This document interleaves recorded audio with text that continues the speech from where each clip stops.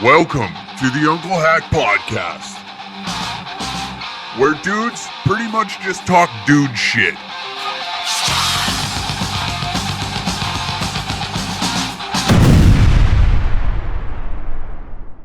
Welcome to another episode of the Unclehack Podcast. Where am I going to be? February 3rd, this weekend, Provost, Alberta. February 4th, Hannah. February 10th, we're in Drumheller, Alberta. February 12th, Calgary for another Danger Room. A special little treat in case you haven't seen the vlog on our YouTube channel.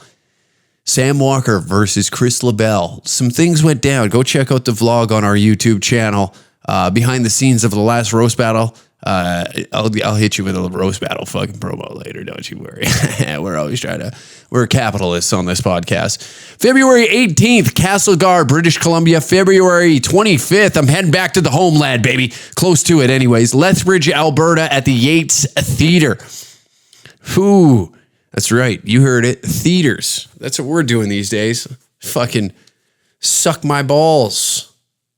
Idiots. I don't know what I'm saying. March 17th in Hinton, March 18th in Edson, Alberta, March 26th back in Edmonton at the comic strip. And get this, April 2nd, Vancouver, BC. That's right. I'm frothing at the mouth for that one. Most people would be like, oh, you gotta have fucking Vancouver. You think I'm gonna go in there and pussyfoot around some things? No, I got some shit I need to get off my chest. That or put on. Who knows? There is a lot of homelessness in those areas. And I imagine that a homeless lady would gladly shit on my chest. For probably free, you know? Just for I could talk them into it. They're very simple. That was gross. That's a bad way to start this episode. My apologies to the listeners out there. You know, things have been off the rails lately, and I don't mean like I am back on the rails. I'm just saying things have been off the rails on this podcast. You know, we get a little erratic. We get a little crazy, you know. Things are getting out of control. I lose my title, and then what happens? I go off the fucking radar, you know. I'm the ghost of Kiev right now. You don't know what I'm bombing. I'm bombing things in a virtual world right now. I'm bombing on my own podcast. I am bombing. That's incredible. Most comics in this country don't have the capabilities to do that. But here I sit before you with the ability to bomb on my own podcast. That is incredible. Nobody has the talent to do something like that here. Nobody has the wits about them to sit here and deliberately bomb on their own podcast. Now, is it deliberate? Probably not. I think it's just natural at this point. Hey, you're so funny. Yeah, okay. I've heard a lie or two before in my life. Get out of here with that shit. I did notice something, okay, so I was rewatching I like watching those celebrity roasts from time to time, you know, go back. I'm a big fan of Greg Giraldo. I can't say his last name. I got like a speech impediment. Giraldo. There we go. Giraldo. Greg Giraldo. I like watching him. He was incredible. So I go back and watch all the celebrity roasts that involved him. And one of them was the Pam Anderson roast. And I noticed one thing on there. Tommy Lee, her ex-husband, is sitting on the panel, right? The old roast panel. And throughout this is the only time somebody is unroastable, when they have a giant dick and the world knows. How do you burn a guy? You know what I mean? Like, you can have all the money in the world, right? And you can still find something to fucking get them on, right? A rock star with a giant dick, that's the most unroastable human being on the planet. The guy's got more pussy than any of us. All the listeners of this stupid podcast combined have not fucked more vaginas than Tommy Lee. And not only have fucked more vaginas, but fucked them up. That giant dong, could you imagine like just being able to walk the world? And sure, you can make stupid takes from time to time, you know, like he does on Twitter, and he goes off and like that whole California, like, oh, Trump is a bastard, you know, just trying to fit in. out in that area. Understandably so. When you're surrounded by morons, you're more than likely to act like one. I mean, the behavior of myself when I was younger, I hung around idiots. And I'm not saying that I'm not an idiot, but when idiots hang around other morons, then you cultivate like dumbass activity. You know what I mean? It naturally comes out. Same with, like, I imagine the thought process inside of Calabasas or wherever he's living these days, that you're not surrounded by like just normal people that are like, you know what? I don't want to fucking, just have normal political opinions, right? They're not fucking out of their mind, whacked on a fucking jug of vodka by noon. They're at work communicating with coworkers about like regular day of the life bullshit, So I understand like how somebody can get caught up in that, right? Which is why speaking of which, 1 year anniversary of the Trucker Convoy. That's later in the episode though.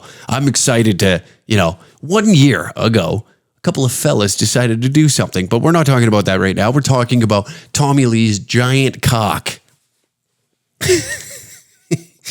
So some people might be uncomfortable, but I just don't give a shit. You know what I mean? Like that just was fascinating to me. Every guy got up there and could not hit him with something that can, you know what? Oh, you're going to make fun of me for having a giant dick? That sucks. That would really suck, wouldn't it? What a horrible fucking thing to make fun of someone for. A giant dick that everybody's seen in that sex tape. And then in recent news, he just took a photo of himself sitting there with that fucking hammer hanging out, threw it on Twitter and Instagram. Just let it hog out, didn't give a shit. Hey, have a little gander at this. You know what I mean? Rightfully so, I may add. Rightfully so. If I had a piece like that, you think I wouldn't conceal. I'm not concealing carrying, I'm fucking throwing that thing over my shoulder like the M16s in fucking Kenosha. You know what I mean? I'd be carrying that thing around like Kyle Rittenhouse with a fucking AR-15. You know what I'm saying, Daddy? Having my dick loaded all the time. You think when that hog gets hard that it drains the blood from his head and he starts like maybe that's when he starts tweeting politics? Is like he's just horny. And things are going south on him real quick. That's got to be a tough go. I'm a mid-sized pack guy. So you know what I mean? Like I'm not leading the charge and I'm not falling behind. I'm probably like 80 to 100 yards behind mid-pack. If we're talking in like the wolf race. I don't know if that's a good way of like dick comparison, but like, hey, it's I'm not going to snap a shot of her and throw it on Instagram because I don't need that heat in my life. I already got enough going on, I already shoot myself in the foot by making fun of like everything that you shouldn't make fun of. And then that's when everybody, what the hell is that? I already deal with enough of that I don't need to just like give them a little gift and be like, here, hammer away on this, fucking have fun with that. Hey, look at old fucking mid-sized fucking jackass over here. Why the hell would I want to do that to myself? God almighty, God above us, God is my witness.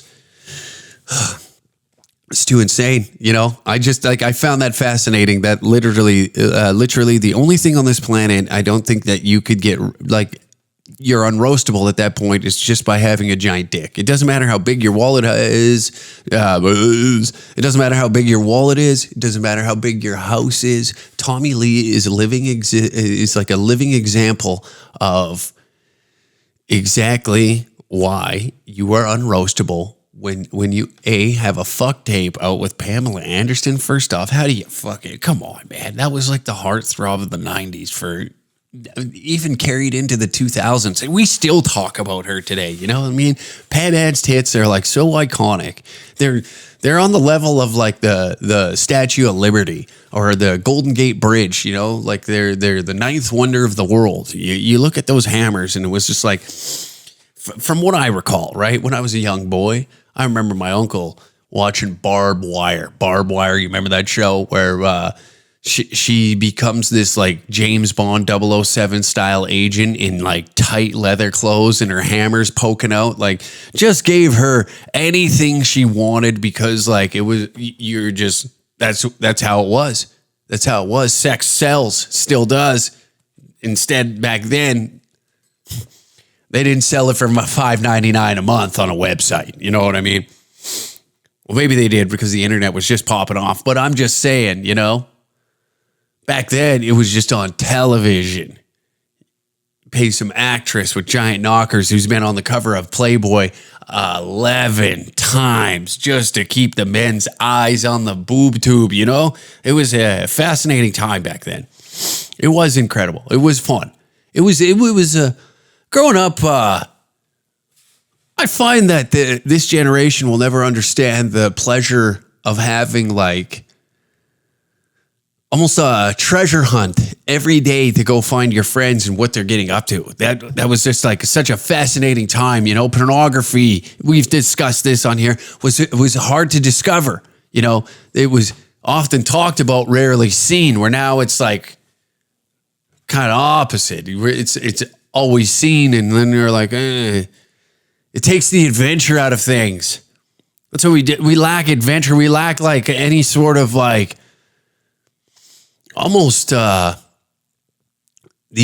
these individual characteristics that we had back in the day. You know what I mean? You would discover things and give it to your friends, where now the internet just like hands it to you, and everybody agrees on one opinion. You know, like, oh, we should put Ukraine flags in our bio. You know, it's like the public opinion now is too easy to control. I miss the unruliness of individuals that had their own thought patterns.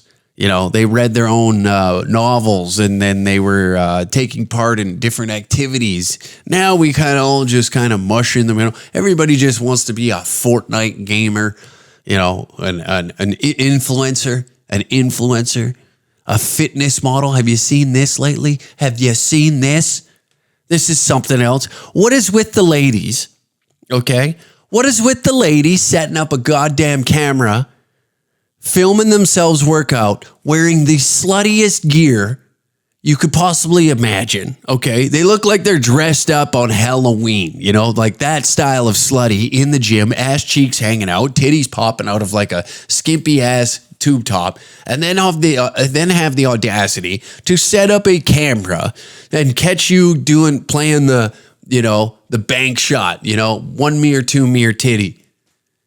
And being like, this guy is sexually assaulting me. You're sexually assaulting me with those hammers out. What are you doing? You don't think... If you're going to put a couple of items in the store window and not expect people to stop and gaze at these fucking things, you're an asshole. You are a complete asshole. What is that? Like, what is wrong with you?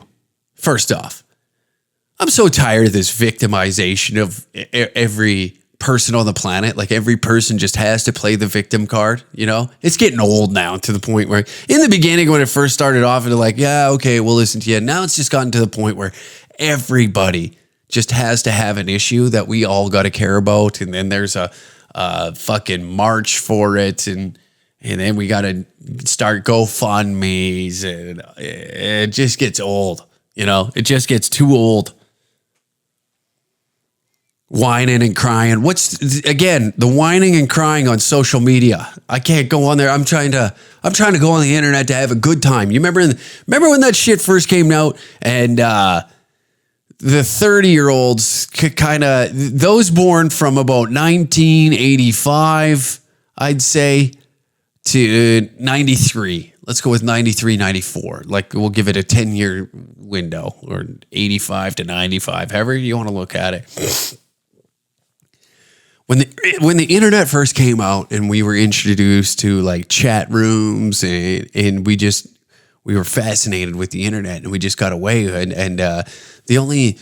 We were all involved with Nexopia, MySpace, and then Facebook was just coming around, but everybody just wanted to be seen on the internet. You know what I mean? You'd create profiles on Nexopia. You didn't really run across too many fake ones because you just like, it was like a way to communicate with people in other places. So you're just trying to put out like my interests, these photos, all this cool shit about you, right? You were trying to make yourself seem like, hey, I'm a good hang.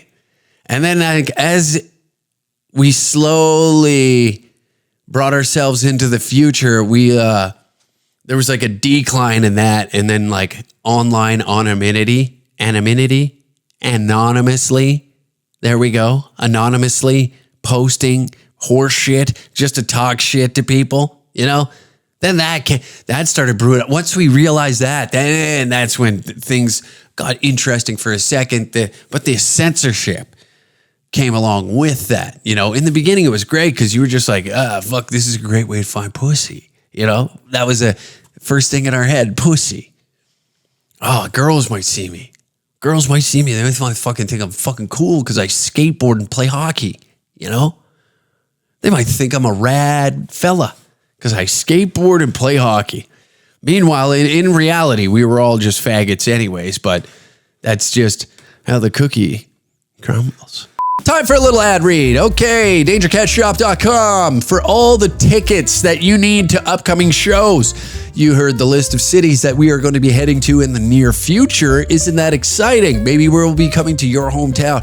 We will be releasing dates for Ontario and out east here shortly, so quit asking me. We are heading out there. Don't worry. dangercatshop.com for all tickets and also clothing for hoodings and all that horse shit. I'm currently working on some new stuff. If you come to live shows, we do have specific items that won't be on the store. So, hey, a little something fucking right there. I'm a capitalist at heart, okay? So I'm trying to squeeze and milk you.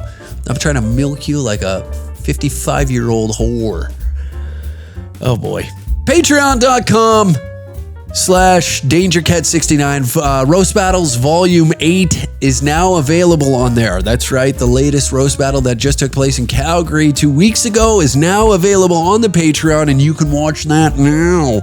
Isn't that exciting? We will begin promoting that now on social media, so you can get there first, watch it, tell all your friends. Isn't that exciting? Or if you would like an extra episode of the Uncle Hack podcast, it is waiting for you. That's right. An extra episode every Thursday at 3 p.m. Mountain Standard Time, waiting for you to listen to, that nobody else gets to see unless somebody's out there just fucking posting it all over the internet. But I don't know. I don't care. And it's a great way to support this show. Patreon.com/DangerCat69 to become a Danger Dong Patreon supporter. Or Patreon producer at the end of the show. That's the top tier. That's right. I'm really trying to sell myself these days. I'm really whoring myself out on the internet. So with that being said, back to the episode. You know what? Fuck it. Let's get into the 1 year anniversary. You know, I've been hanging on by a thread here. I've just been towing the line, trying to drag you along on this stupid little bullshit that I'm spewing right now. But the Ottawa Citizen just released an article that is an opinion piece. Let's expand this a little. And by Randy Boswell. Here we go, Randy. It was uploaded a day ago. There was a video of some sort. Let's get this going. Let's have a party. Let's fucking... I don't like this. Here we fucking go. All right. The opinion piece, the Trucker Convoy, the church, and the occupation of our minds. Why can't I get this to fucking play? I want to hear what this cocksucker has to say about this, but it's not allowing me to play their fucking gay video. What is this? The hero video. Play the fucking video, why don't you? Maybe a quick refresh. Let's try that on for size. Here we fucking go. Oh, trucks, no audio to it. Boy, the Ottawa Citizen just really shitting the bed here. It's just Okay, I see what you're doing here. It's just a little something for the people to have a gander at while we're getting ready to read this. All right, let's get into Randy's little article here. Ottawa residents have been the victims of two high-profile occupations in the past year, the so-called Freedom Convoy blockade of the city's downtown core last winter and the summer-long Tupac? What was that? I don't remember that. Renter to squatter saga at the former St. Bridges Church in Lowertown. Get the fuck out of here. But another less conspicuous occupation, the prolonged and relentless crowding of our thoughts with nonsense spouted by anti-vax, anti-mask, and anti-mandate agitators, in quotations, sovereign citizen zealots and conspiracy-minded kooks of all stripes has made it all so much worse. Oh my goodness. Here we fucking go. This is happy 1 year anniversary to the occupation that took downtown Ottawa, ladies and gentlemen. This is what Canada's all about. These zealots, these goddamn zealots down here honking their horns, having a good time, having a chilli cook-off, playing Twisted Sister's greatest hits, all in front of my eyes. The audacity! Don't they know that hair metal is disgusting and it's a mockery of how women dress? And it's like, psst. Oh, that's that's drag queens. Oh, sick joke. Fucking hold on. You're welcome. Bombing on my own show.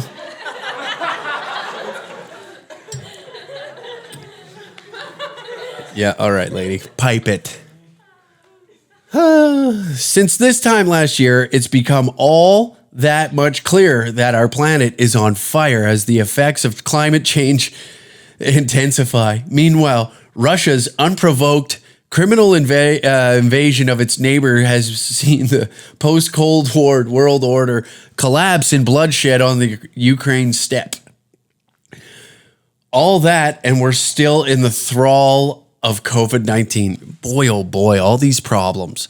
You know, I wonder what it's like to live in Ottawa inside this shell that the universe is going to come at any moment, come crashing down upon thee. You know, imagine waking up every day with the fear that the media has instilled in you, even though you are the one instilling this fear into people, right? This is an opinion piece as well, so I'm taking it with a grain of salt because it's some asshole, you know, these bloggers that sit inside their apartment, send in their little fucking write-up for the day, and hopefully it gets printed or posted, I guess I should say, not even printed these days. It's just it's an even more pathetic version of a blog these days, looking at the mainstream media here in Canada. It is hilarious that they sit back and they're attempting, you know, we're so fascinated with American culture up here in Canada, but we just don't understand it because our laws are different, our rights are different in Canada. So, but we're just fascinated with it. It was like when Trump was in office, the main fascination was what's happening down there, right? And we think that the problems of America exist in Canada, and we try to pull that out of people, pull this fear. But most Canadians, you know, there isn't shootings every night here. Now, are they increasing? Yeah, by the sounds of it, there's a population increase. I imagine that the pandemic didn't help people so much in the wallet. I imagine a lot of people are financially strapped, so you go to means that you don't want to go to. Understandably so, you know. I get that. You know, do I advocate for it? No, not necessarily. But I understand that when you're pushed to a corner, you know what I mean? When you get that rodent to the corner, what does it want to do? Or you put an animal back, you back this fucking thing, it attacks. It has to go on offense. It's right out of fucking room, you know? So I get that. It is funny, though, watching the Canadian media trying to, like, create this narrative and instill this fear into people, you know, because it just doesn't work. You know, our media is funded by the government. It's subsidized by the government. So when you read these things, you're just like, oh God, this is just shit rolling downhill at this point. So it doesn't work the same as it does in America. And America has a two-party system. So and even the news media understands that we got to align with this party or these types of thoughts. And it's not even a political party. It's just like, okay, we're going to go conservative style thinking in a modern era. And this media is going to be like liberal media. And then they just combat one another. And it brings this out of them where you can't do that here because we only have one source of mainstream media, which is subsidized by the government. So to have a conservative leaning media organization, you have to go the alternate route, which is, it would be like Rebel News, for instance, or what's that other one? The True North. That's another media outlet. So it's an alternative media source opposed to the mainstream media. So then they play like that game with one another. But it is funny to know that if the main media sources like CBC Global, all these print newspapers and all these organizations would crumble without government subsidies. And meanwhile, these other organizations are being propped up by donors and donations or subscriptions. And meanwhile, this garbage right here would just, the fucking rotting floor would fall out from underneath it without the piles of cash from the government that is like keeping that floor from falling through. That's it. That's the difference up here.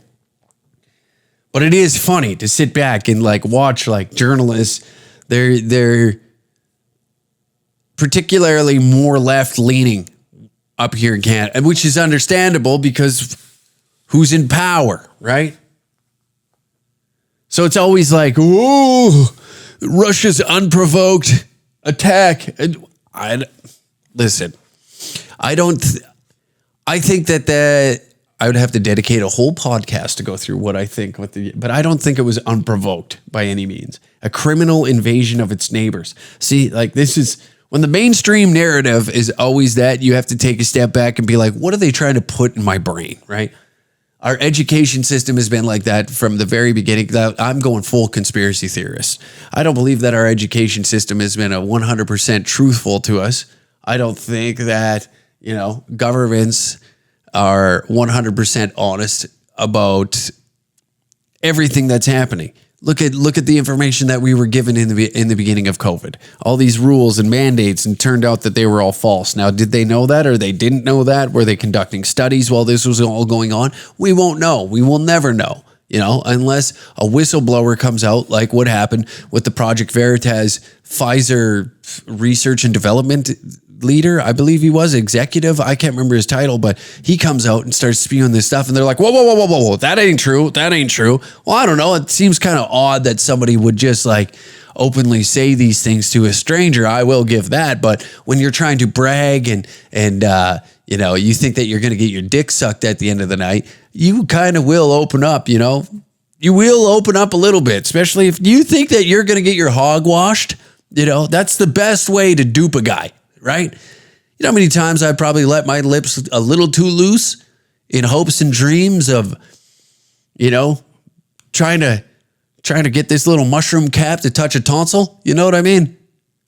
I probably overshared a little too much, even on this podcast with, hopes and dreams that maybe I'll walk in there and I'll get pulled into, I'm walking out on the streets and I get pulled into a dark alley and behind a dumpster, just somebody, hey, I love your podcast. When in reality that I don't see too many women listening to this podcast, I just don't see that happening. Okay, back to this. In short, we've got a serious problem to deal with. Yet, the people of Ottawa have been forced over the past year to endure the aggressively loud and deeply misinformed ravings of those at war with science, allergic to logic, and seemingly indifferent to collective rights and community welfare in the midst of a deadly global pandemic. Got him.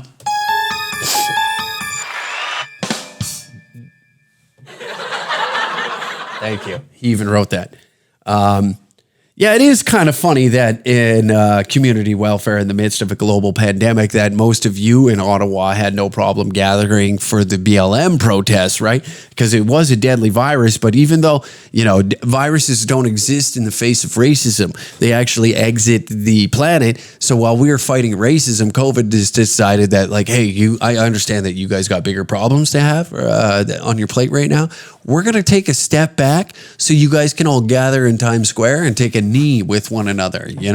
You all can get together and take a knee, pat yourself on the back, because today we defeated racism by getting together and kneeling with one another.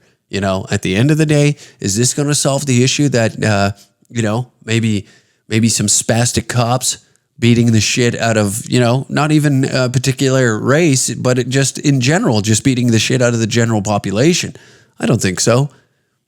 But it does feel good to, share your values with other people, because that right there is an example of people, people coming together and signaling to the world how great they are. BLM was just here in Canada was like one of those things where bored white women just had an opportunity to try and attempt to make black friends. That's what it seemed like, those that were already friends with like black dudes or dudes that already, they're like, bro, like fucking, you can look at your buddy and you made fun of it, right? You made jokes, because that's what the fellas do. But it just seemed like an excuse for like purple-haired white women with dreadlocks to get together and attempt to make a friend of somebody of a different race. It was like they came down, look at this sign I made for you. Isn't this nice? I made a sign. Unreal, I feel like if a black dude wanted to make friends with like a brown or white guy, I think it just starts pretty simple, common interests. Seems very normal to me. I don't know. Anytime I've sat and just like bullshit with a guy of a different race, it usually revolves around like wrestling or, some sort of sporting event, You'd be sitting in a lounge somewhere and you're watching sports highlights and you just make an off comment and be like, fuck, does he suck, hey? Like, I just can't say. And then he's like, whoa, come on now. And then you start bullshitting and you find common ground. But instead, these assholes all got together and they're like, look, I don't hate black people. Isn't that great? Don't you want to hang out with me? And like, if I'm a black person, I think I would look at that and be like, God, it'd be annoying, because I imagine that they just want to like share all their black history facts that they think is cool. And you're just like, yeah, that's great. I'm black. I don't give a shit at this moment in time. I'm trying to enjoy tiki masal right now. All right. No, I am not vegan. In fact, I love, no, we're not going to do that today. We're not going to do that today.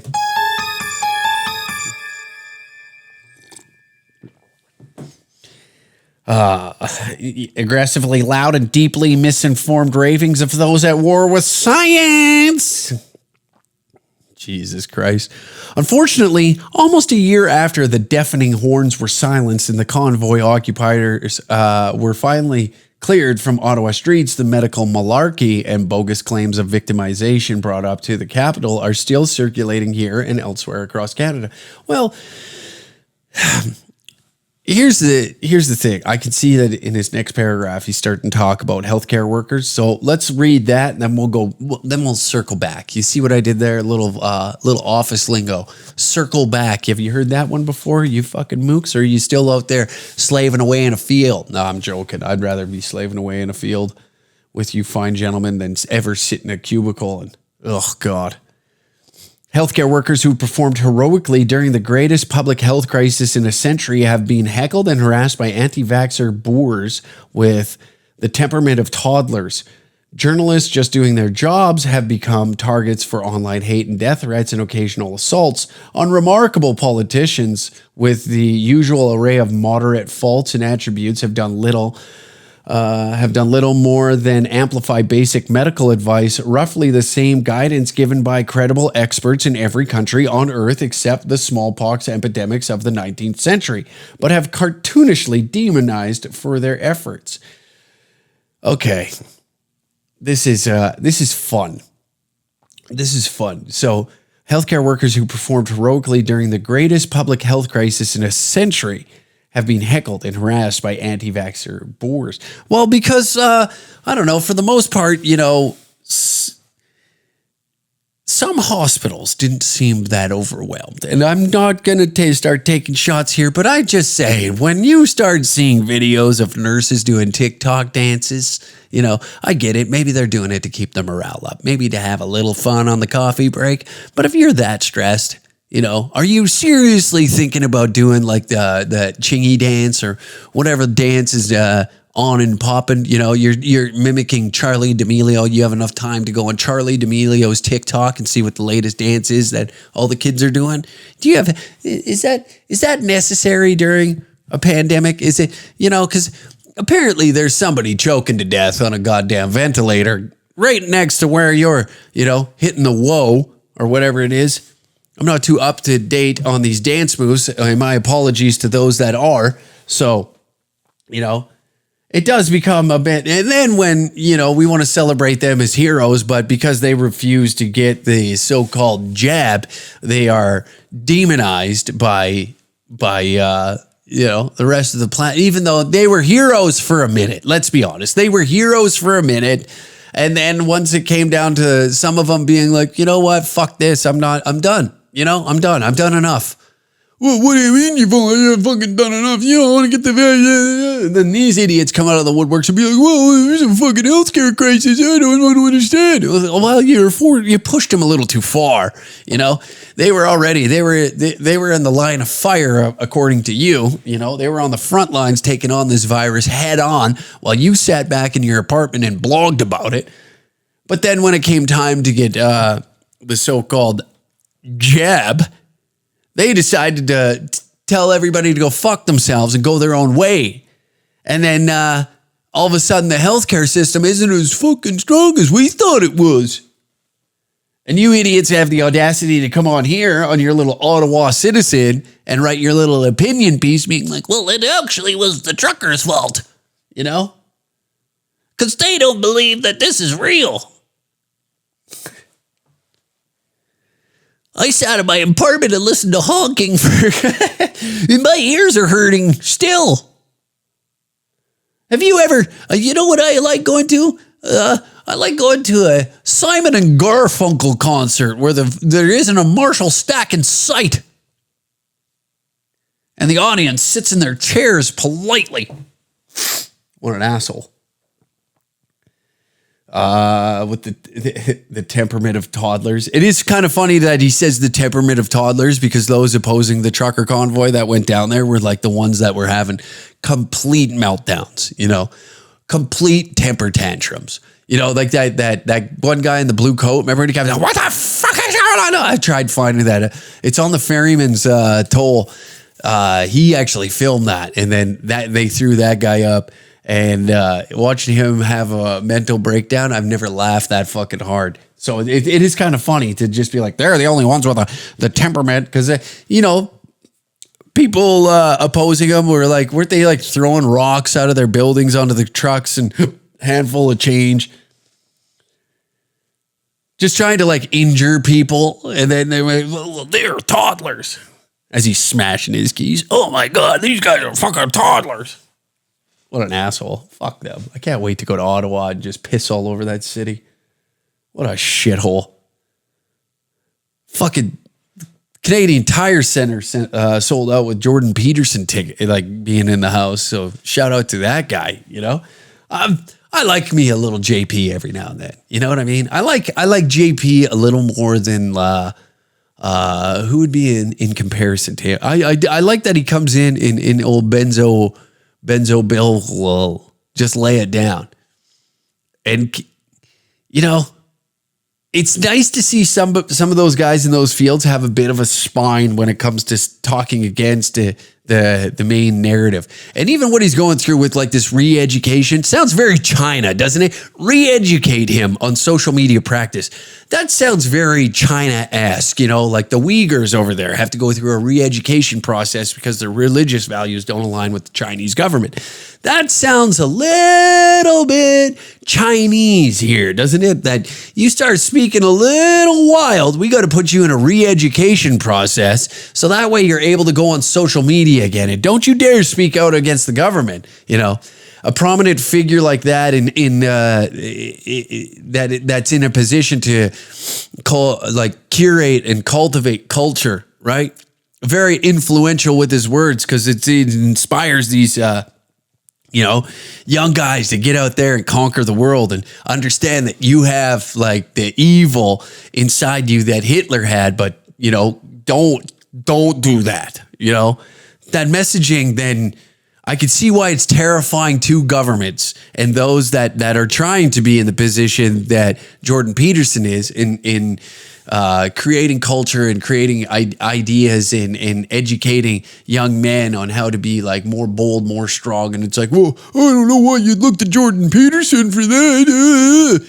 Well, you know, it's like similar to like when the females are always, the females that oppose him are always like, well, Jordan Peterson, he's an evil son of a bitch. And it's like, well, I don't know. You guys kind of lose your turn to talk because I can't stand anybody that could sit there and you know, try and tell me that I'm an idiot for listening to Jordan Peterson. Meanwhile, you've watched 8 seasons of Keeping Up with the Kardashians. You know what I mean? Like I can't wrap my head around that. You know, one guy has a PhD in his field, right? And is educating young men to, you know, get their shit together. Meanwhile, you have this whore who got her back blown out on Pornhub, made her millions off of the work of her mother, just like basically exploiting her to the world, and then only to then in the future come up with this reality series where these women act like just absolute assholes, morons, idiots. And then this is what creates, oh, this is how I'm supposed to act. I'm supposed to be a Kim, you know, like there's a world of difference between the two. I'm totally off track on the Trucker Convoy here, and I apologize, but I do find it just like fascinating that, you know, you can look at one guy who's like, hey, you have a beast inside you. Contain the beast. No, you haven't. Get out there and conquer some shit, you know? Get your ass up off the car. And then it's like, well, yeah, you get these, you know, the finger snapping nail clickers, you know? Ugh. Start thinking that because they say like 18 times in a sentence that they're making a fucking point, you know? Like it's like when, you know, it's like fucking spit it out, Junior. What are we doing here? What are we doing? Are you skipping? Is this like, am I listening to a scratch CD in the 90s on my Walkman? What is happening here? It's like,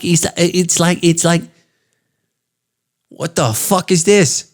I got Much Dance 1999 fucking scratching. The hell is this? Get the fuck out of here with all that nonsense. Okay, journalists just doing their jobs have become targets for online hate and death threats and occasional assaults. I'd like to know the assaults. We do have a link on that. Let's take a fucking click on that. What do you got for me? Oh, tell me it goes to a Rachel Gilmore. Seconds before I was doing my hit for CTV, a guy in the crowd drilled a full beer can at me and just missed, but hit our camera gear. The guy then took off. So things are getting more and more. A full beer can. A full beer can. Okay. A Michelob Ultra. I don't know. Sounds like that's just crazy. Oh my God. Okay. Enough of that. You know what I'm saying? Let's go back. Yeah, well, with the whole journalist things, you know, like our favorite journalist on this show, Rachel Gilmore, comes out and then makes these wild posts about people. and then gets criticized for doing so. So I don't really feel any sort of remorse for these journalists that are lazy with their job. They don't necessarily take any time whatsoever to get the real story or even question, I feel like a journalist is supposed to be the one out there asking the questions and getting answers. Instead, they're just fed this information, He's out there out there and supposedly gets drilled with a full beer can, but it looks squished as hell. It looks like there's a boot mark on it. Online hate and death threats. Yes, well, when you lie to people, they don't necessarily take it lightly, or the attempt to create division through your articles. I find that, it's like when, when that one cousin shows up to family dinner, maybe Christmas dinner, and you're just like 0% excited to see that one. Because that, they come with their fucking opinions, their university opinions. They finally got their hands on the Marxist fucking, like some Karl Marx novel. They started reading about communism, how the benefits of communism. And then they bring all that attitude back to the fucking family ranch. And you got to sit there, and their mom, your aunt has to sit there and be like, oh yeah, they're learning a lot. And it's just like, half the family remembers them for how fun they are, and then the other half is just like, tell this bitch to shut up. We're done, okay? We're just trying to enjoy Christmas. We don't care about your idea of like how you're gonna change the world. We're in central Alberta, 80 to 100 miles away from a goddamn convenience store, for Christ's sakes. So like, let's settle down, okay? Let's just enjoy Christmas. Let's get drunk and shoot things. I don't fucking know. You know what I mean? Let's get over it. We're not in Kansas anymore, Dorothy. We're not sitting around with your friends with the hammer and sickle trying to come up with a new way that we can, rule the world. Fuck them. Oh, hogwash. Oh yeah, that's what I'm talking about. Hogwash, baby. We've also witnessed supposedly serious political leaders encouraging and validating the hogwash. Yeah, getting your dick sucked. That's what I'm talking about. And rage that's been streaming online from a misguided fragment of the Canadian population. People's Party leader Maxime Bernier, Conservative leader Pierre Poilievre, and Alberta Premier Daniel Smith are among politicians who've shown they'll blithely exploit people's anger and stoke the spread of misinformation about COVID.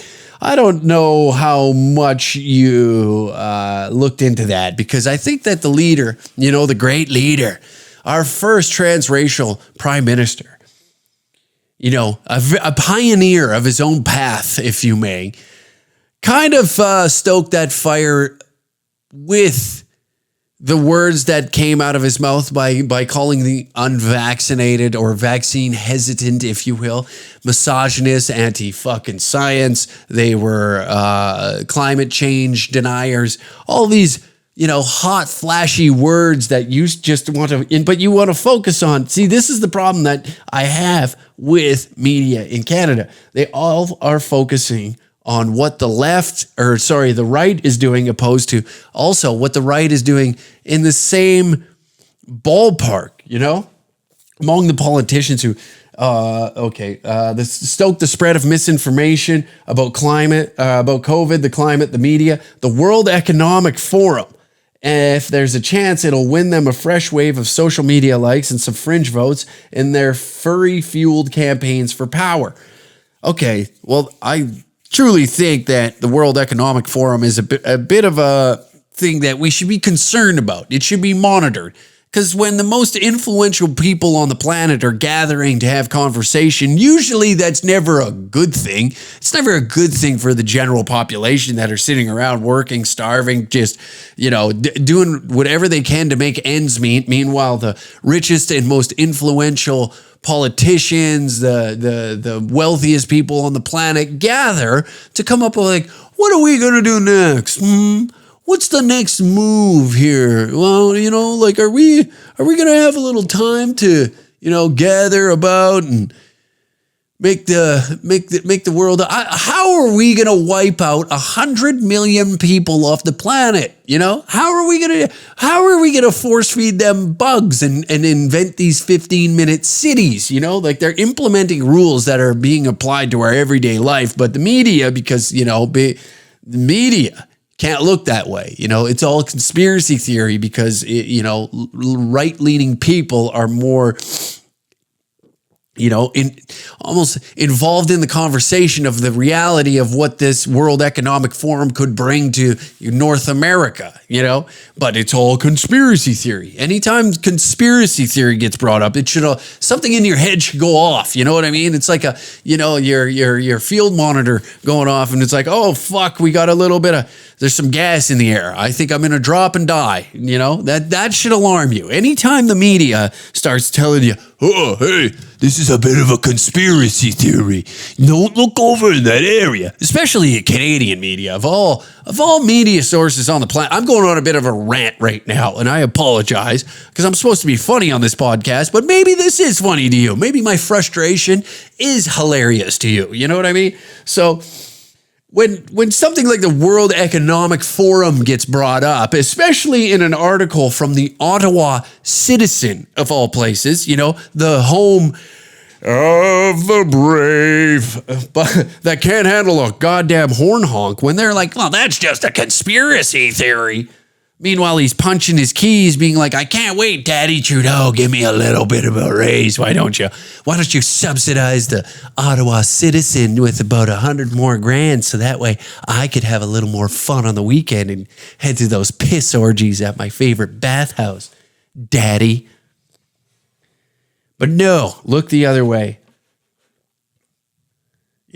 He's zeroed in on every right-wing leader right now that causes just a little bit of controversy. And I don't know, like, it seems fun. I like what these guys get up to. And I don't know, like, the American listeners are probably like thinking to themselves like, fuck this fucking podcast of Canadian politics. But it is funny. Canada is a funny place to look at, especially if you're American. You look up there and it's like, there's no wonder, like, South Park's reenactment of this country is not far off, if I'm being honest.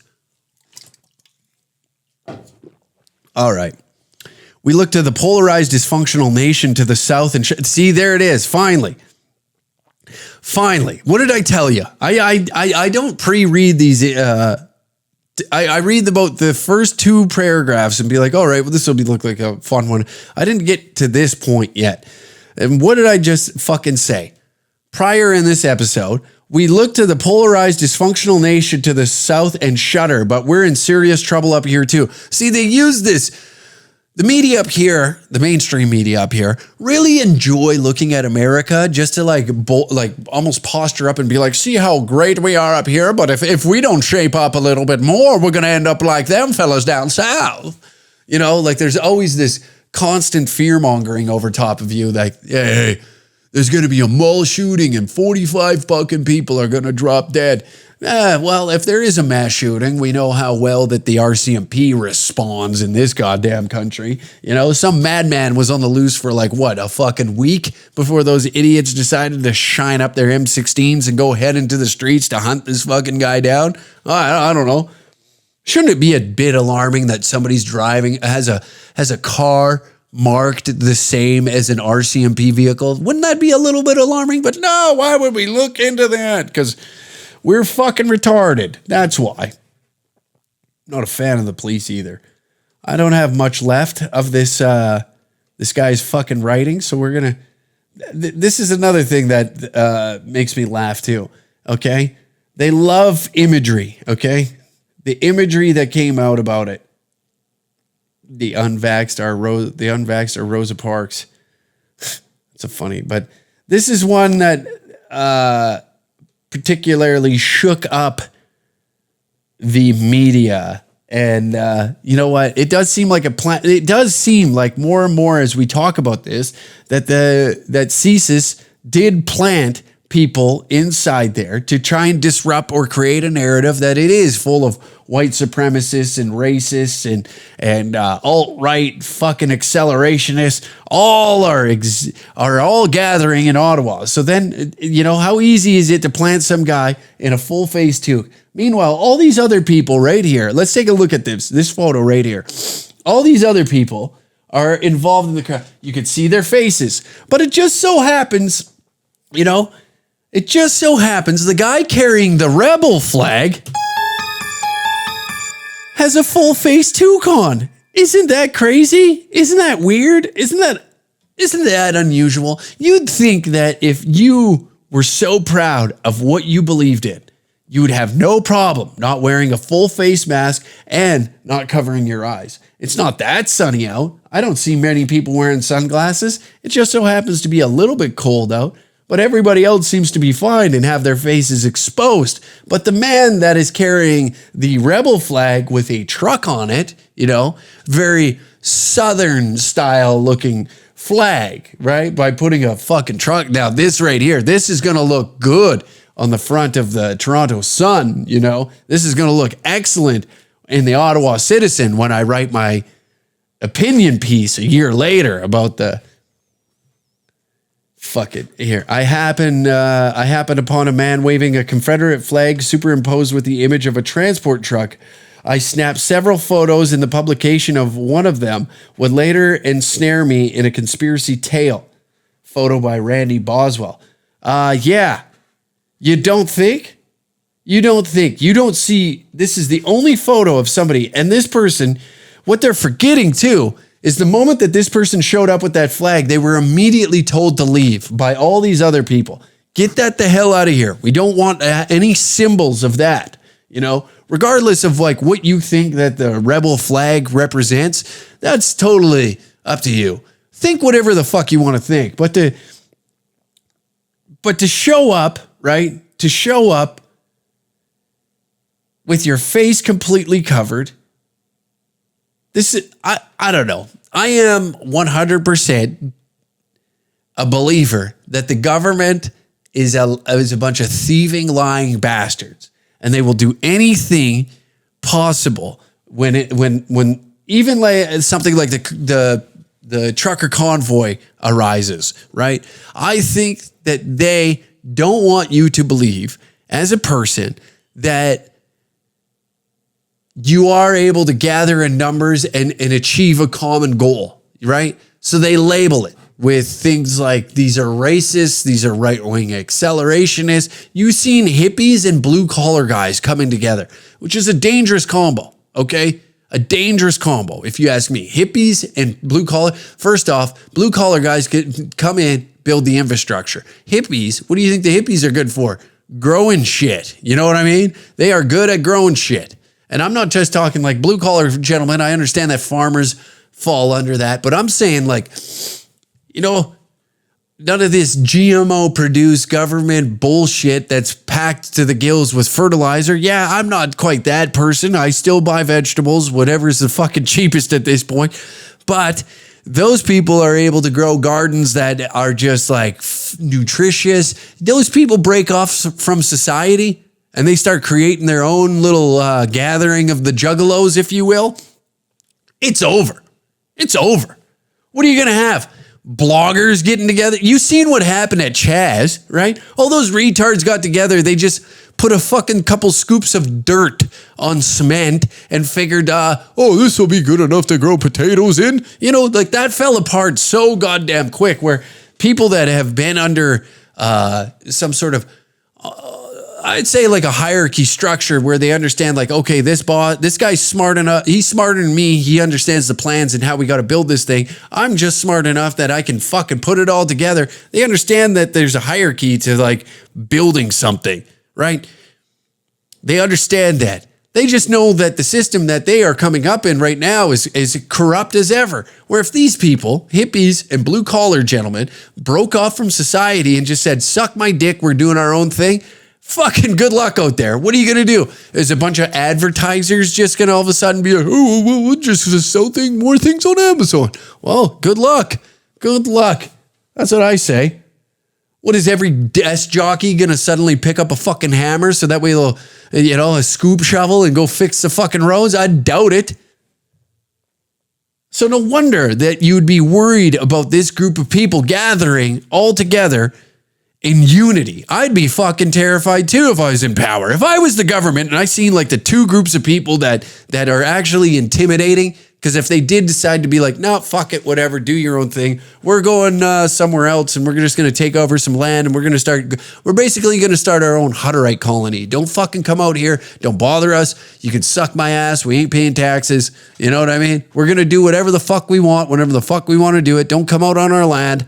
We'll self-govern and you can fuck off. Don't put your nose in my business. You come around here, we're going to shoot first and ask questions later. That style of attitude with these types of people on a Hutterite colony, the things that they would accomplish would be immaculate. There would be food for the community, infrastructure, heating, all that. They would have it all figured out. Probably solar powered. They'd be able to, it would be over. Apart from fuel, that would be the only thing. Apart from fuel, I'd say is the only thing that maybe they could cut them off from. But even then, I'd imagine that there's guys smart enough that they could take grease from they'll figure out some sort of system and be so self-sustainable that you wouldn't even know they existed. They wouldn't even have a fucking impact. And all these losers that sit in those big fucking offices down there trying to make decisions that complicate your life more than it needs to be would be scratching their head and be like, where did everybody go? Well, they told you to go suck their dick, and now all the bloggers, they have nothing to write about because all the right-wing, terrorists that you guys decided to label them with have went off to do their own thing. They basically said, suck my ass, and now we're just left with, a subsidized media that nobody watches. We're left with, what else? A bunch of roads that are destroyed. We are left with a handful of university students that are anxiety-ridden to the core, that they're unable to work, so they're just feeding off the system. I don't know how we're going to sustain this. We might have to invade that Hutterite colony of right-wing accelerationists and trying to convince them to come back to society. Wouldn't that be something? That'd be fucking fun as hell. Imagine just hanging out all day. You just fucking, I don't know, what do? You farm all day, go fucking do your chores around, and then in the evening, it's just like, hey, what do you guys want to do? Why don't we get fucked up and have a barn dance? Now we're talking shop party. Everybody you just get drilled. You get a nice little house. You get to raise your family in this nice little acreage. The setting is perfect. You got your own food. It's all healthy. It's not being, you don't have some fucking dickweed loser that snugs up his tie in the morning to come in and be like, well, actually, eggs are going to cost $9.50 today. And it's like, nah, I think the chicken's just shitting about fucking 8 of them out. We're going to have scrambled eggs today. Wouldn't that be nice? Fuck these fucking suit dummies. 1 year of the Ottawa Trucker Convoy. That's my suggestion. Fuck them all. You know what? We're going to go over time today. We haven't even got the hate mail. I'm having way too much fun talking about this. Am I articulating my words right enough for you? Am I getting it out of my system? I believe so. If not, fuck you. But guess what? We'll get into it. That's right. It is time.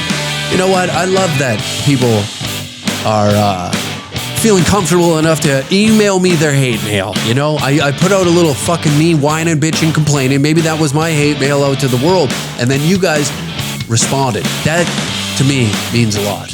It means you're listening. Right to the very end, too. Most people probably would have turned this podcast off at minute 3. Let's be honest. Let's be honest. It's not the greatest podcast. It's also not the worst podcast. You know what I mean? You could have a table full of women trying to tell you how oppressed they are in a first world, right? We could have that, But we don't do that. Instead, we whine and bitch with just one giant pussy on this podcast. And that's why we enjoy having your hate mail coming through. And if you want to send me your hate mail, you send it to unclehack@dangercats.tv with the subject line hate mail, and it can be anything. It can be anything. Now, hate mail isn't just you hating on something. It could be, you got a question. It could be whatever. I don't give a shit. Just email me. We'll read it on the show. We'll have fun. This is what it's all about. Our first piece of hate mail. What the fuck, Hack? You so gay, that super manly mustache is making me big gay. Why you do this? Why you do this? Stop being such a bunch of fucking chads, Danger Cats. More like Danger Chads for my pants. It's like you get all these chicks with that super thick mustache and you don't even care about how toxically masculine you are.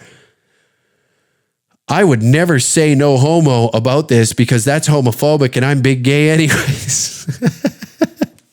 Hell yeah. You can even troll me. I don't even care. We'll read whatever on this show, right?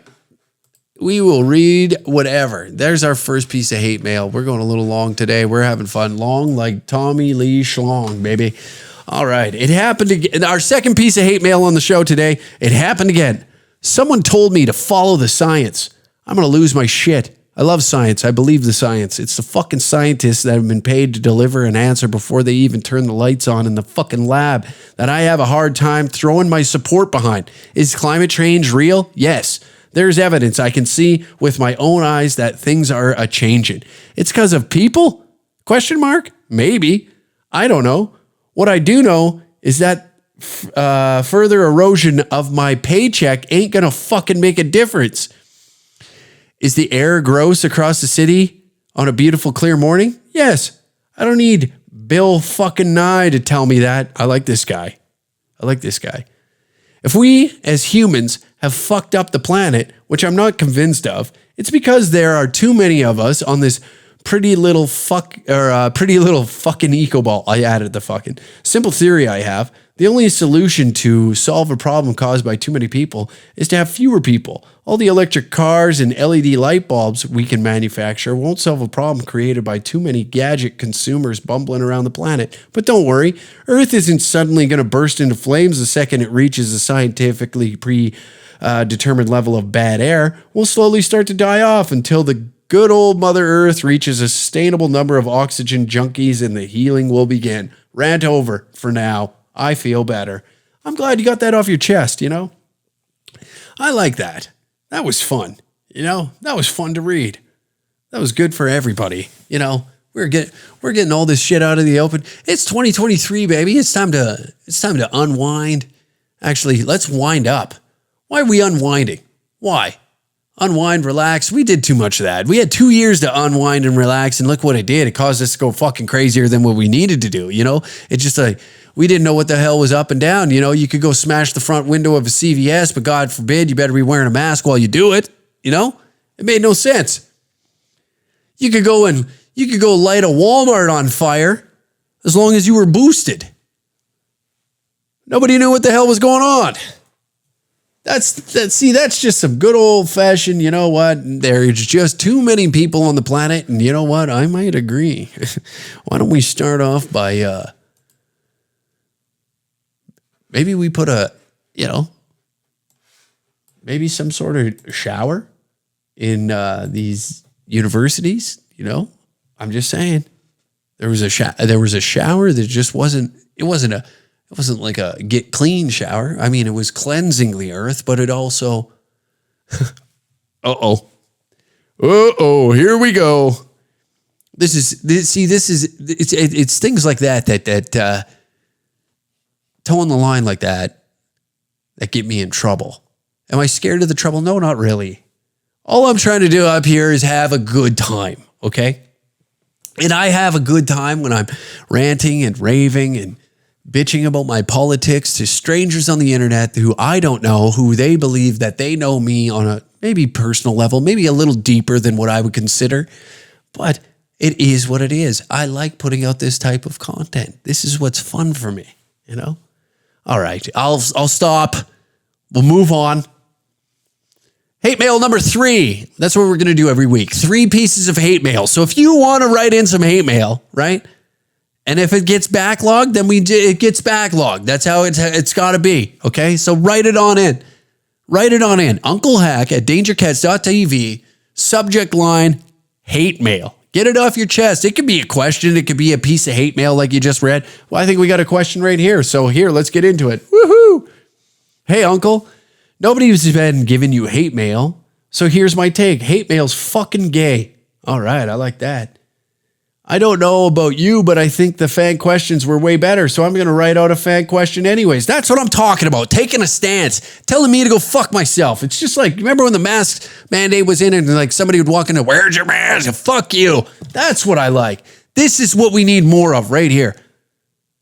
This right here. I like this. I like this guy. I don't know who you are because we keep these anonymous for your sake. You know, I'm not trying to get people fired from their jobs because they want to write into a fucking podcast. You know, how gay would that be? How big of a fucking loser would I be if I said everybody's name? No, you got to write in your name.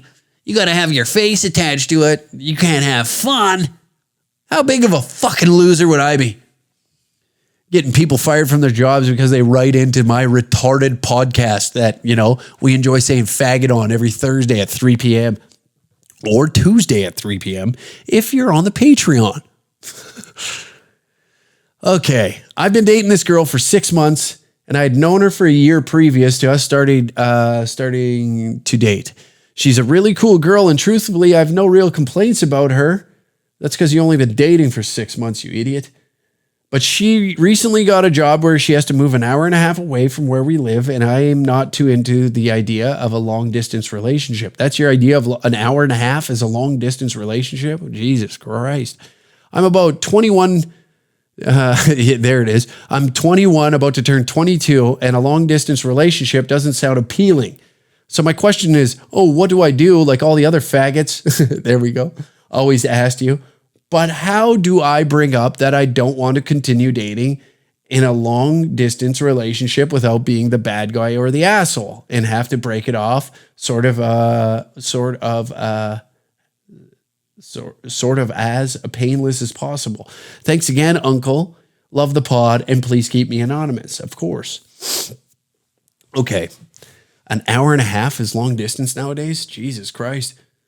That's like fucking, what does it take to drive across Edmonton? I think it takes like, in some cases, like a half an hour, 45 minutes to get to where you need to be inside the city.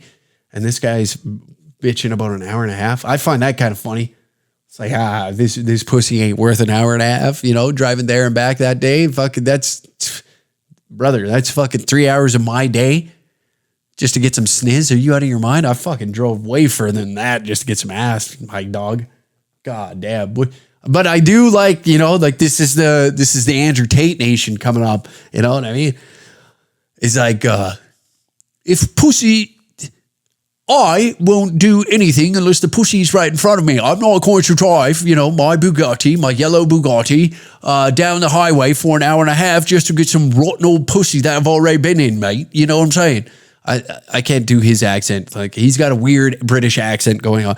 But you know what I'm saying, mate? I'm not going to drive my fucking Bugatti that runs on premium fuel that's about £5 a fucking litre right now. I'm not going to drive that down to get some musty old sniz when I can just walk down to a bar and every giant little fucking...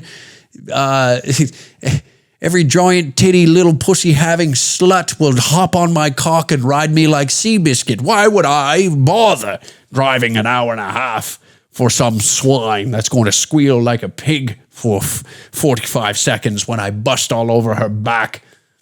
What a bumbling bimbo. She thinks I'm going to keep this going. All right, let's get to it. But I don't want to bring up that I don't want to continue dating in a long-distance relationship without being the bad guy or the... Well, you are going to be the bad guy or the asshole because it's something that you don't want. But regardless, why are we always worried about being the bad guy or the asshole? Whatever happened to just being the honest guy? You know what I mean? Is this some like sort of feminism fucking workshop bullshit that goes on out there that the moment that you're honest, you're an asshole, and you're when you lie? Because that's what it is. It's what it boils down to, I believe. That when you're lying, you're a nice guy because you're not truthfully telling what you're thinking inside your head. So then these women believe that you're a nice guy, but in reality, you're an asshole. You are an asshole. You have your opinions. We have understood over the course of time as these waves of feminism came around, right? You're taught to be, a little more reserved. You got to just like shut up and lie and tell them whatever they want to fucking hear just so you can get some pussy. You know what I mean? That's been like that for quite some time now. Where now it's gotten to the point where if you are honest and open about what you're exactly thinking, then you're a bad guy. Just tell her. What the fuck is wrong with it? It's not being an asshole. It's called being honest. That's the problem I have with today. Instead of just being honest and so what, you're an asshole. No, I'm not. I don't want that. You clearly stated that you don't want to date somebody that lives an hour and a half. Now, regardless on what you think long distance is and what I'm saying and making fun of you for thinking that an hour and a half is long distance, it does become a bit of a time suck. You know what I mean? That's 3 hours of your day. So you get off work at 5:30, you run home, shower, you get ready. By the time you're out the door, 6:15, you drive out there. It's, you're knocking on the door of almost 8 o'clock by the time you get there, right? And then you hang out for an hour, you watch a movie, get your hog washed, maybe fucking chower mitt. By the time that's all said and done, maybe it's a half an hour of fiddle fucking around. You get a bite to eat and now you're getting home at 10:30, 11 o'clock at night, up at 6. That's most people's fucking, you know what I mean? I understand that. That's a lot. Or you got to wait till the weekend. And you already then this is when things start getting fucky because one of your boys, you're 21, about to turn 22. So one of your boys hits you up and be like, yo, bro, we're going to get fucked up this weekend. We're going to have a good time. And you're like, oh, well, Cheryl's coming into town. I don't know how you young guys roll. I don't know what you young guys do. In my day, it was a lot of fellas hanging out with fellas. I don't know if that still exists. I feel like it's more like integrated where the guys and the girls all get together. I have a big happy family. We're all in this together type bullshit where before it was like you got together with the Spartans. You know what I mean? You went out with the Spartans, brother. And you just got fucking waxed with the fellas. It was guys night. You got yourself into a whole heap of nonsense, a little heap of trouble, if you will. Having a good time with the lads. Swiping down a little bit of them fucking sarsaparillas till you piss your pants in a booth at the Peelers. So I don't know, you're young. Who gives a fuck? You young guys put way too much pressure on yourselves. That annoys me. All you are walking around with this idea that you got to be the next fucking Mark Cuban in 10 minutes. Relax, enjoy it. That shit's gonna fly by. Okay, I remember being 21 and thinking the whole world was crashing down upon me because I got the dumbest problem on the planet. And right now, like if this is already coming up, I like that you're conscious enough to know that you're not willing to go down that route. That's a good thing. That means you're thinking. You're like, I don't fucking want that. That's good. Break it off. You're young. Guess what? Shit just fucking doesn't get easier. So make it easier on yourself when you're younger. Do whatever the hell you want. My grandpa always pulled me aside and his famous words that he would always say, and it's like he's like, do whatever the hell you want whenever the hell you want to do it. Simple as that. This whole fucking, I'm getting preachy a little bit here. This Grandpa Ted, OG, triple OG, bringing the hooker to Thanksgiving dinner, you know what I mean? The big dog himself. So, when a guy like that, he lived his life very differently than the traditional way of what it was like back then, right? He wasn't, I'm going to get married at 18, fresh out of high school, get a good job at the factory, and we'll ride this out and we'll just work hard, get the house, make sure we have a big family and I'll sustain the family. She'll stay at home, raise the kids. No. He was like in an orphanage, ran away from that and then just decided to start life and just do whatever the fuck he wanted to do. And it was very interesting to hear like somebody from that time live their life like that because, in a traditional sense, that's not how most people went about it, right? So he made sure that he didn't waste any time creating an adventure. And I feel like a lot of young guys are always caught up in this gay Instagram fucking influencer, fitness fucking faggot bullshit where they're always like, you got to wake up at 6 a.m. and be the best version of yourself and fucking, you got to come to these rallies, brother, where we just beat inside your head that you could be much more. Now, is that healthy? To a degree. You know what I mean? I don't need to hear about it from some fucking dipshit that goes and lives at a good life in the south side of fucking Edmonton, If I want to hear it, I want to hear the guy at the top. Who's Mr. Olympia? Tell him to come down and fucking yell at me. Not some fucking dipshit that just rented out a conference hall at a hotel and is just like, hey, brothers and sisters, let's get together and flex together. But give me $250 so I can get up here and tell you what you're doing, Like, I'm glad that, don't let that shit get inside your head. Those guys are losers, okay? They prey on the weak. Where I like this guy, where he's like, I don't want that. I don't want that. Be yourself. Be true to yourself. There's nothing wrong with that. Everybody's always looking, another thing where we're all caught up in is like looking at this, like the dating world. It's funny. Like, the women are read through. Yeah, the women that are going on these podcasts, yes. There's plenty of like great people out there. Get the fuck off the internet for 10 minutes out of your life and go meet somebody. Go somewhere unusual. Step out of your, comfort zone. You're gonna find true love on Tinder. Is that what you're banking on? Sitting on your fucking ass on the couch while you're catching the highlights for the second time at 11 o'clock at night while you're texting this fucking broad on Tinder, praying to God that she's going to be the one. Come on, get it together. It ain't going to happen. Get out there.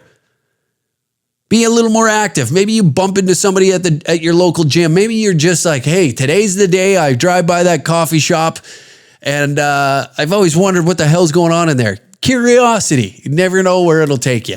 Yeah, I don't know, in the past that curiosity killed the cat, but maybe it might fucking get you some cat. You know what I'm saying, brother? So get out there and have a little bit more fun. If you don't want the fucking hour and a half, just tell her, I don't want that. Oh, what do I do? I like that. My question is, what do I do? Like all the other faggots. But how do I bring up? It's like, yeah, but you just reworded it to act like like you're better than the other faggots, though. I caught you right there. You're acting like the other faggots. Meanwhile, you went down a step because you're like, you tried calling them out, but then you did the same. How do I bring up that I don't want to continue dating in a long distance relationship without being the bad guy? Who's the faggot now? You.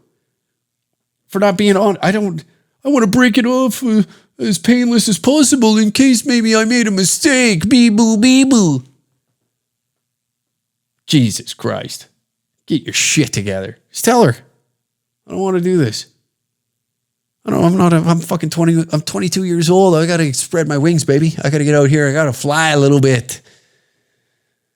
You fucking idiots always listen to these stupid podcasts. Fresh and fit, but some Miami thoughts that aren't even fucking remotely close to me and talking about like, this is what a man should do for me. Oh yeah, is every girl in the Midwest talking like that? You go to central Alberta in these small towns, you think, well, I'm not fucking, I need to be a fucking, I need a man that's 6 feet tall, makes $300 million a year. Oh yeah, you're going to find that in Carstairs, Alberta? A population 3,000, good luck. Yeah, of course all these fucking idiots in Miami think that they deserve that because they look at a sunset with the ocean right there. My brain would be a little fucking fucking discombobulated as well looking at that horse shit. All right, okay. I think I've gave you enough. We went overtime a little longer than usual here on this podcast. Usually doing that. There you go. You're welcome. We went a little extra today, And that's on the house. And if you want to support this podcast, the best way to do it is there's an extra episode every Thursday at 3 p.m. Mountain Standard Time when the regular episode that you're listening to right now is dropped. Also, the episode that you're listening to right now is available on Patreon 2 days earlier. So you get this podcast that you're listening to right now earlier. And it's just I guess a way to support, or if you want extra, I don't know. I don't care. I don't know what's stored inside your brain.